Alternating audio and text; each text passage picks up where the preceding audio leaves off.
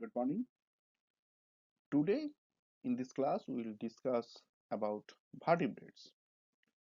So far we have studied the major phyla of invertebrates that have a good fossil record, and this includes our bivalves, gastropods, cephalopods, trilobites, echinoderms, etc. However, the majority of us became fascinated and addicted after watching the film about dinosaurs during our childhood days. And that makes us gradually more interested to dinosaurs and ultimately to paleontology, or more specifically vertebrate paleontology. Now, vertebrates include the animals that are extinct now, and also the animals found mostly in our surroundings that walk on lands, that includes the plant-eating dinosaurs and many others. If we try to estimate the diversity of vertebrates, that is only 5% compared to invertebrates. Say, for example, if you consider the total organic world is represented by a number 100, then invertebrates hold about 95 and vertebrates are only 5 in number. But within this 5% that consist about, however, vertebrates lack in species diversity, but their disparity is very high. That means they vary enormously in characteristics such as body mass, height, etc. If we take some examples, uh, we can see the plant-eating dinosaurs as massive as 40,000 kg, along with some biggest animals like the blue whales, which have a body mass of 1 lakh kg, that is around 100 ton. On the other hand, a fish discovered in 2004 that is just about 8.4 millimeter long and has a mass roughly about 100 billion times smaller than that of the blue whale. So you can imagine the spectrum, the range of vertebrate size, vertebrate body plan, uh, etc. Now, the members of the animal kingdom, which possesses skeletal, musculature, digestive system, respiratory system, nervous system, and reproductive system. Among all these animals, there is only one group of multicellular animals that possesses the following combination of structure. What are the structure? Like the presence of notochord, which is a flexible supporting organ running longitudinally through the dorsal part of the body. Secondly, a dorsal hollow nerve cord. Third, pharyngeal slits or pharyngeal pouches. And fourthly, a muscular post-anal tail. So the animals which possesses these specific characters or these specific structures are belong to the phylum Chordata. Now these characteristics, morphological characteristics, may be transitory or they may be present only during a particular stage of development, or they may be present throughout the animal's life. So it is not necessary that all these four characters must present throughout the birth or origin of an uh, individual vertebrate and during its entire ontogeny. They may be found in at any stage of their development, or they may be present throughout the animal's life. Now, in these pictures, you can see all those previously mentioned four morphological structures. Here is the notochord present dorsally. This one is the notochord, which I already told you that it is a flexible supporting rod longitudinally running through the dorsal nerve cord above this notochord. Here, this yellowish uh, portion. Third, the pharyngeal slits or pharyngeal pouches, and lastly, the muscular post anal tail. Now, the structural plan of chordates retains many of the features of non-chordate invertebrates, such as the bilateral symmetry, anteroposterior axis, cellum tube, metamerism, and cephalization. However, the exact phylogenetic position of the chordates uh, within the animal kingdom is slightly unclear, but scientists try to find out the origin of chordates, that means from which organic being the chordates appear. As we already know that the early life is of very primitive single-celled organisms, and from there the complex multicellular organisms appeared. Then comes the invertebrates. So from which group of or which type of organisms, particularly which type of invertebrates, the chordates appear. Now, during solving this uh, puzzle, scientists found in the middle of 19th century that, or scientists point out that the chordates are uh, related to the organisms like the mollusks or arthropods or annelids, which are protostomia. Now, what is protostomia? Protostomia is a type of organisms in which during the uh, early stage of organism development, there forms a opening which is known as blastopore. Here you can see in this picture, and later this blastopore in the adult stage converted to mouth.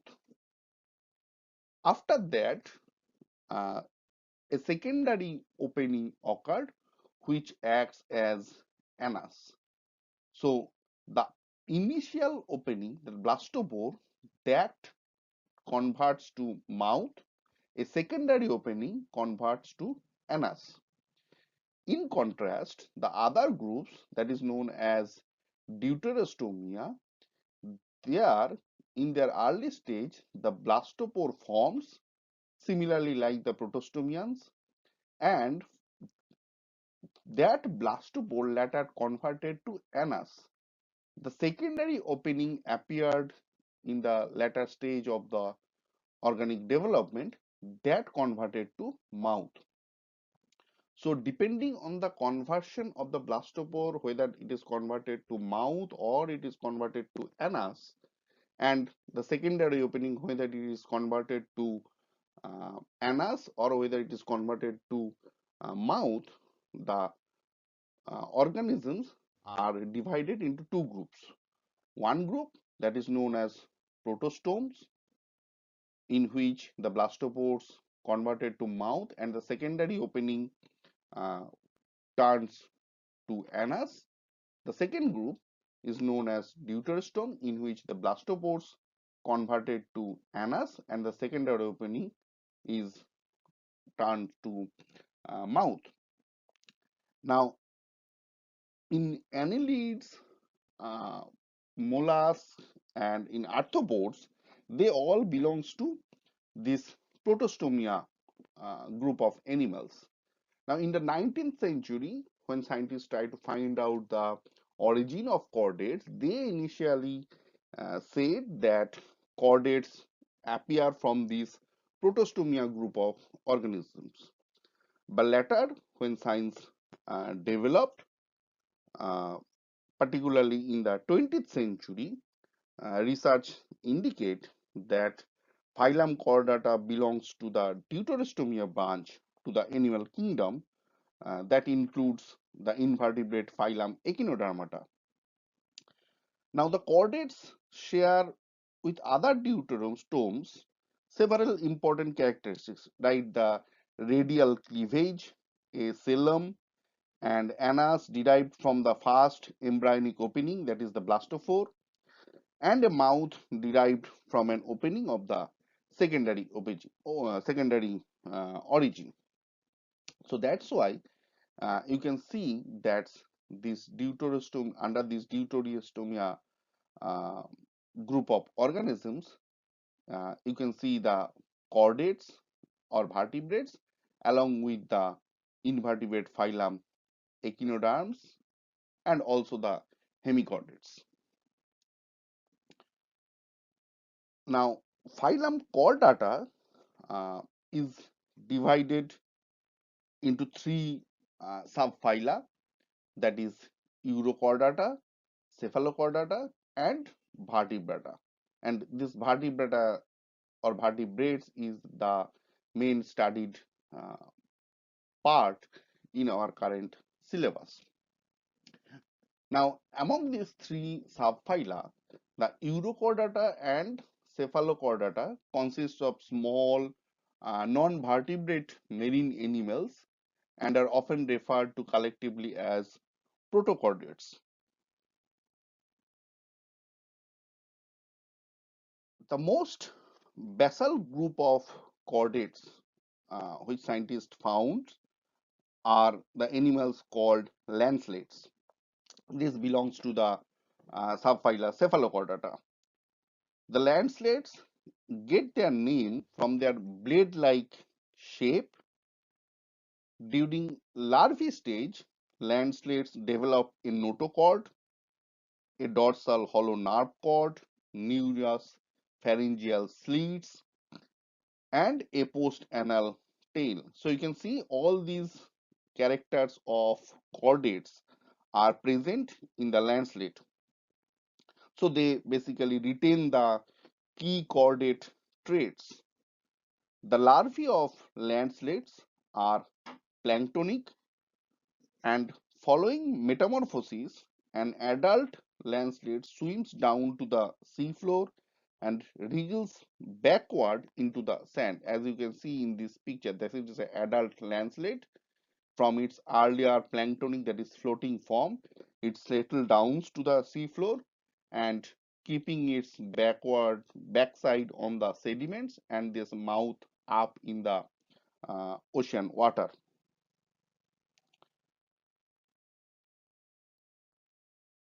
Now, the landslides uh, after the land,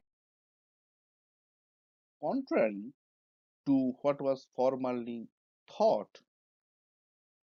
recent molecular studies suggest that it was not the lancelets but the tunicates are closely related to other chordates.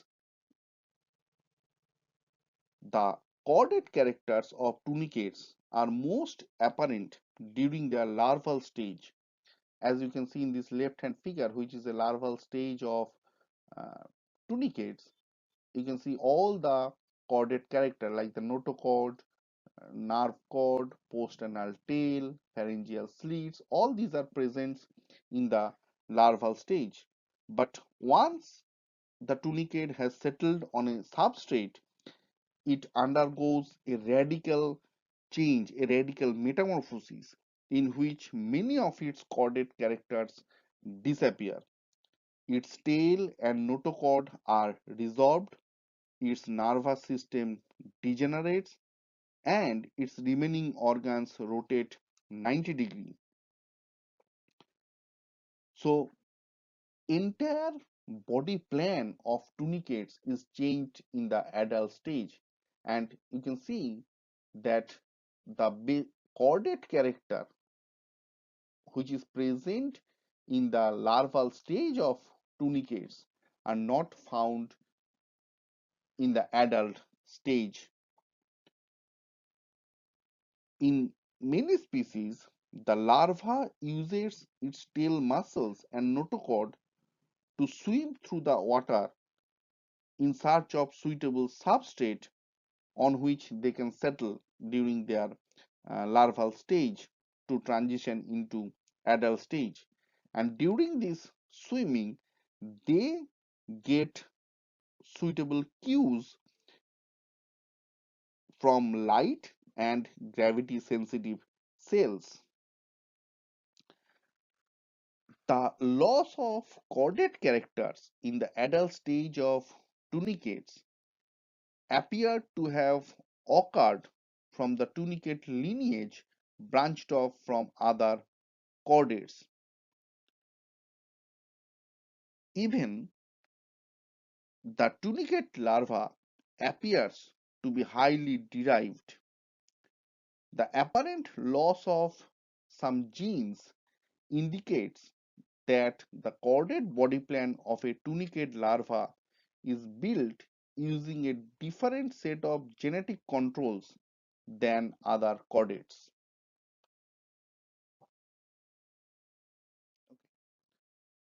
Now coming to early chordate uh, evolution. Now,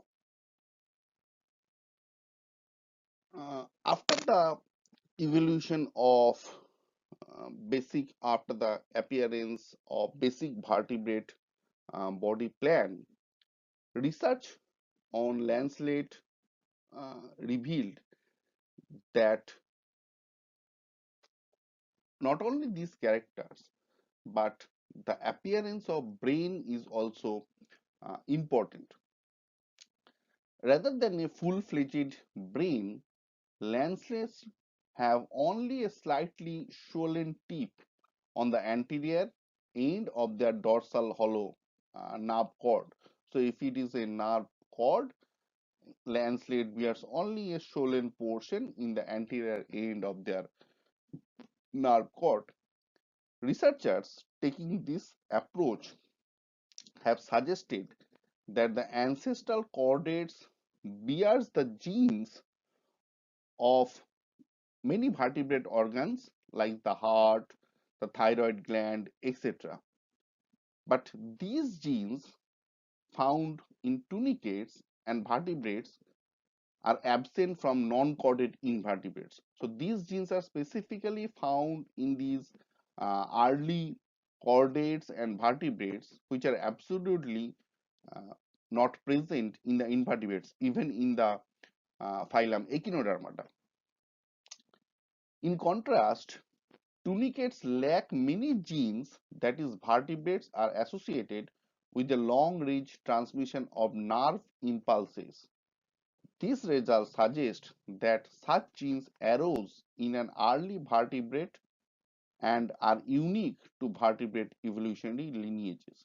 So, after lancelet tunicates, uh, many developmental stages uh, appear in the vertebrate evolution, and ultimately they develop in the more advanced forms.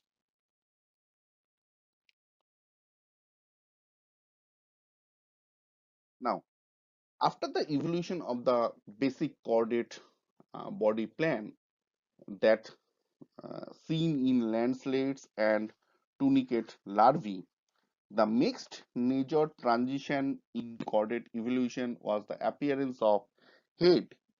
As I already mentioned that this in lancelet there is a swollen tip in front of the dorsal nerve cord.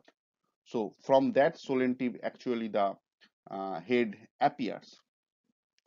Now, chordates with a head are known as craniates. Basically, the term craniates come from the word cranium, which means skull. The origin of a head consisting of a brain at the anterior end of the dorsal nerve cord, eyes, and other sensory organs, along with the skull, that enabled chordates to coordinate more complex movement and also the more complex feeding behavior.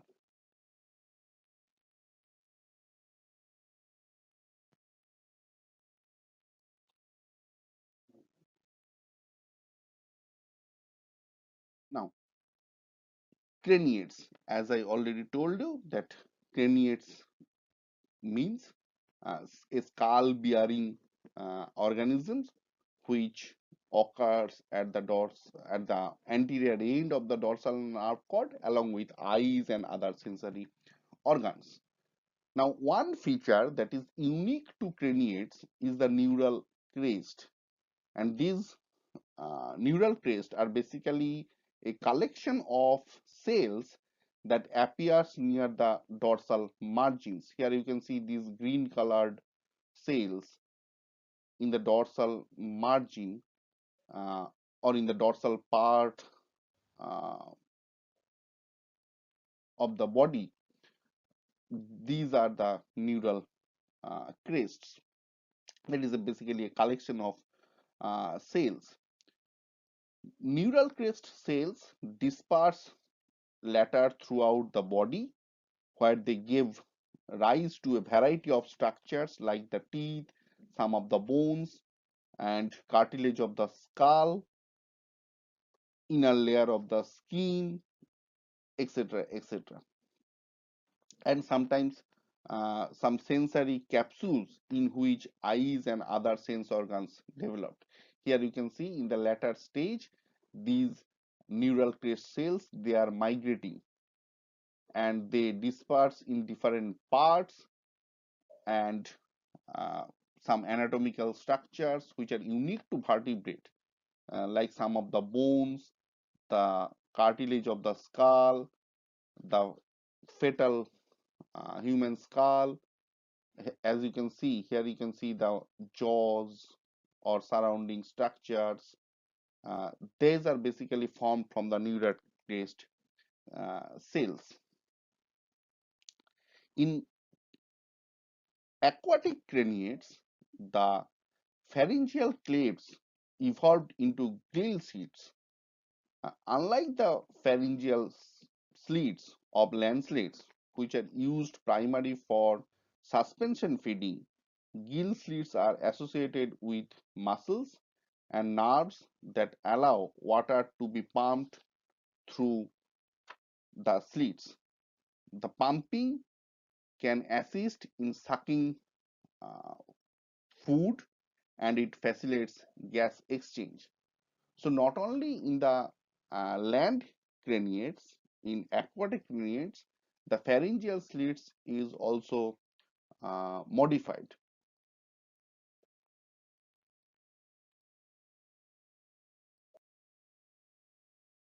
as I told you. Now, craniates, which are more active than land slits and tunicates, they also have a higher metabolic rate and much more extensive muscular system. Craniates also have a heart with at least two chambers and later that is evolved to three chambers and ultimately into four chambers. Some red blood cells with hemoglobin and kidneys that remove waste products from the blood.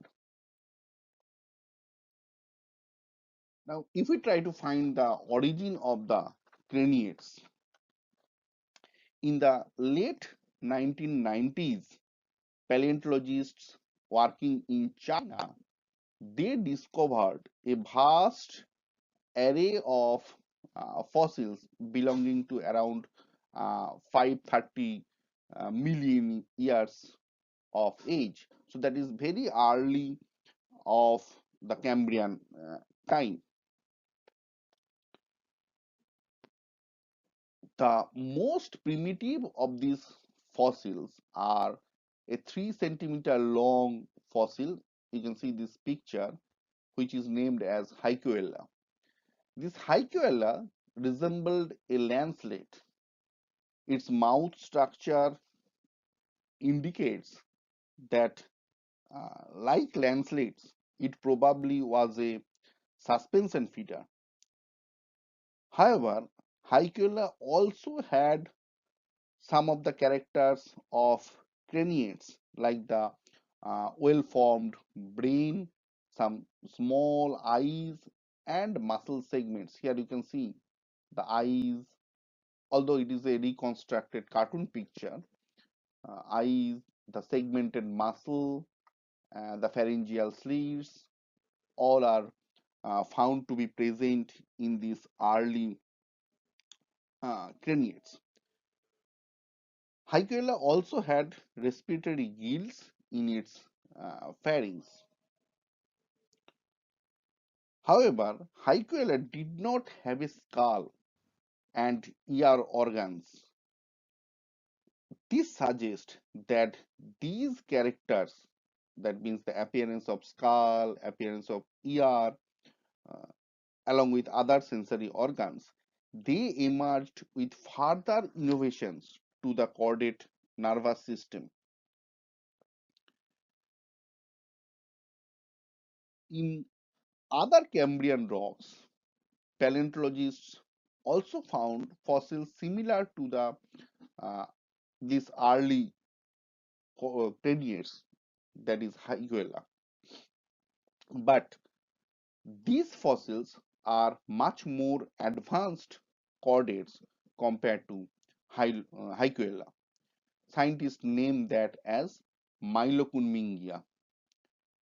Now, this Mylocunmingia is about the same size of Hyguela, uh, but in contrast to Hyguela, Mylocunmingia holds the ear capsules and eye capsules. They also have part of the skull that surround these organs. So, based on these and other characters, paleontologists have identified, or paleontologists have pointed that it is the Mylocunmingia which can be designated as true craniate.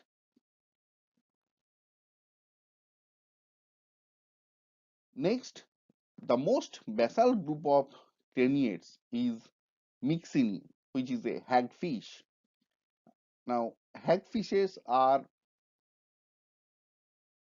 uh, small skull made up of cartilage. They lack jaws and vertebrae. Hagfishes can swim like a snake-like fashion, like the present-day eels, by using their segmental muscles. But hagfishes, which is interesting in vertebrate evolution or early vertebrate evolution, hagfishes have a small brain.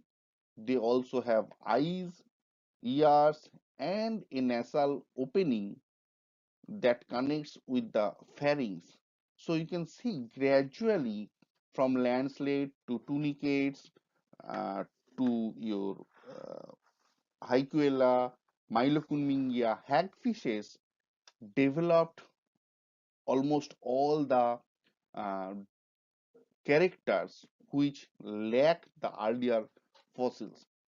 You can see hagfishes have brain, hagfishes have eyes, ears, and nasal openings.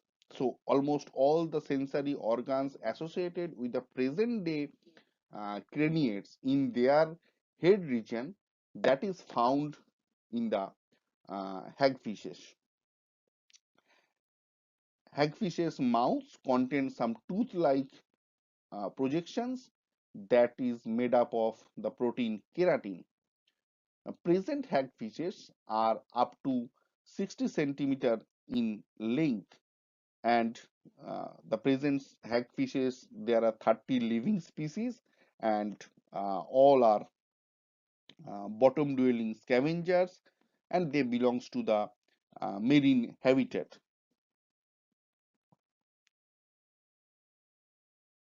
Now we can say that the vertebrates, they are a group of chordate which has cranium, and they also have a backbone.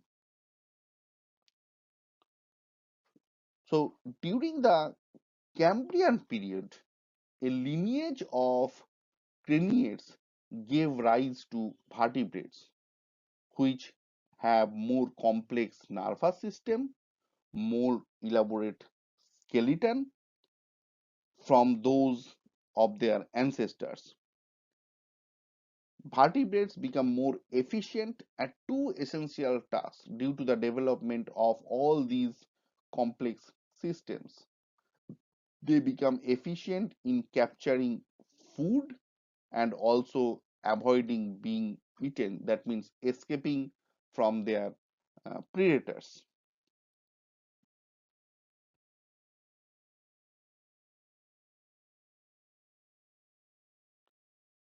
Now, after vertebrates branched off from other craniates, they underwent some massive developmental stages. Some additional genetic complexity is added with these early vertebrates, which may be associated with innovations in the vertebrate nervous system and skeleton that includes a more extensive skull and a backbone composed of vertebrae. So you can see the change from the early notochord to the backbone, which is known as vertebrae, and from this vertebrae, the group of organism uh, came to known in the present day as vertebrates. In some vertebrates, the vertebrae arrayed dorsally along the notochord. In the majority of the vertebrates, however, the vertebrae enclose the spinal cord and have taken uh, over the mechanical roles of the notochord. In aquatic uh, vertebrates, they also acquired uh, dorsal nerve cord uh, and ventral fins stiffened by bony structures called the fin rays, and this provide thrust and steering control when they are try to swim and try to escape from their predators, or when they are try to catch their own prey. Now, faster swimming was supported by other adaptations, including a more efficient gas change systems in the gills. So that development uh, from the notochord to vertebrae, in case of aquatic vertebrates, the development of anal fins, bony structures in fin rays, that provide a better solution to their living habit, as well as the feeding mechanism, as well as the chasing their own prey or escaping from their own predators. Next come the lampreys. Lampreys are the most basal lineage nowadays thought of living vertebrates. These lampreys are basically, as you can see in this picture, they are eel-like organism. All you can see the present day eels. They are snake-like uh, in appearance. Now, lampreys can also offer some clues to the early chordate or early vertebrate evolution, but they have also acquired some unique characters. If you look at the lampreys, there are about 35 species of lampreys inhabiting various marine and freshwater environments. And most of these lampreys are parasites. That means uh, they feed by clamping their uh, jawless mouth onto the flank of any living fish or other organism. They use their rasping tongue to penetrate the skin of the fish and ingest the fish bloods, and ultimately that particular individual suffers death. Now, the larvae of lampreys li- uh, live in freshwater streams. They are basically suspension feeders, and they resemble a lancelet, and ultimately uh, sometimes they partially buried in sediments.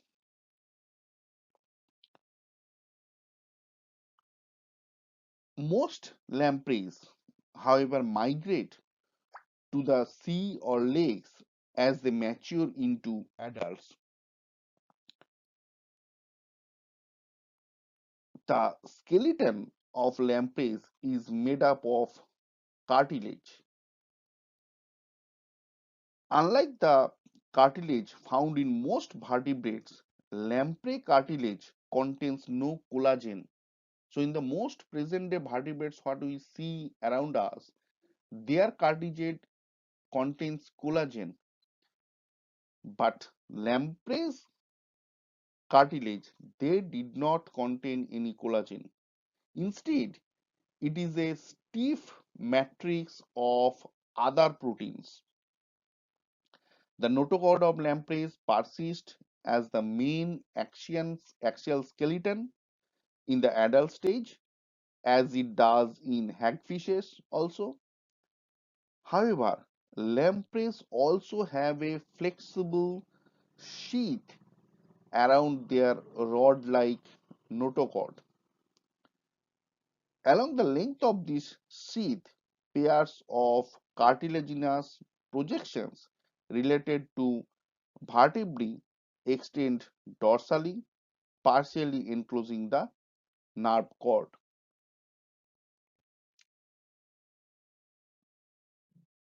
The early vertebrates, that means after the lampreys branched off from other vertebrates during the Cambrian period, many other lineages of vertebrates emerge.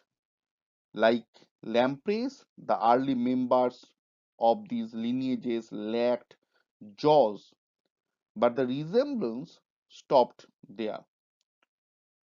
Among these early vertebrates, one group, which is known as conodonts, which get their name from the cone teeth, as you can see in this picture. Here you can see they bear some conical teeth around their mouth. Conodonts were basically slender, soft-bodied vertebrates with prominent eyes controlled by numerous muscles. Most conodonts were 3 to 10 centimeter in length, although some may have as long as 30 centimeter. Conodonts probably hunted with the help of their large eyes. They can uh, visualize their prey uh, and impaling prey on a set of barbed hooks at the anterior of their mouth. So these projections, these conical projections are not the true teeth, but they are known as some hook-like projections found in their mouth, and these hooks were made up of dental tissues that were mineralized, that is composed of minerals such as calcium, and that basically provide rigidity. The food, after they captured food, the food was then passed back to the pharynx, where a different set of dental elements sliced and crushed the food. Conodonts are extremely abundant in the Paleozoic era. Vertebrates, additional uh, innovations emerge during the Ordovician, Silurian, and Devonian periods, which have their paired fins, as in lampreys, an inner ear, some circular canals that basically maintain the balance within the water body. But these early vertebrates lack jaws, and as they can swim, so they are often called the jawless vertebrates or the jawless fishes, which is commonly known as agnatha. So agnatha is basically a group of early jawless vertebrates.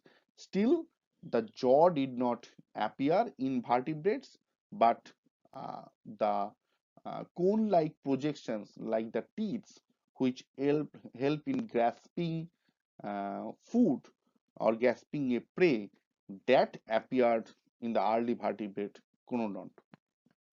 So I think that's uh, all for today's class. We'll discuss more about vertebrate development and vertebrate evolution in the next class.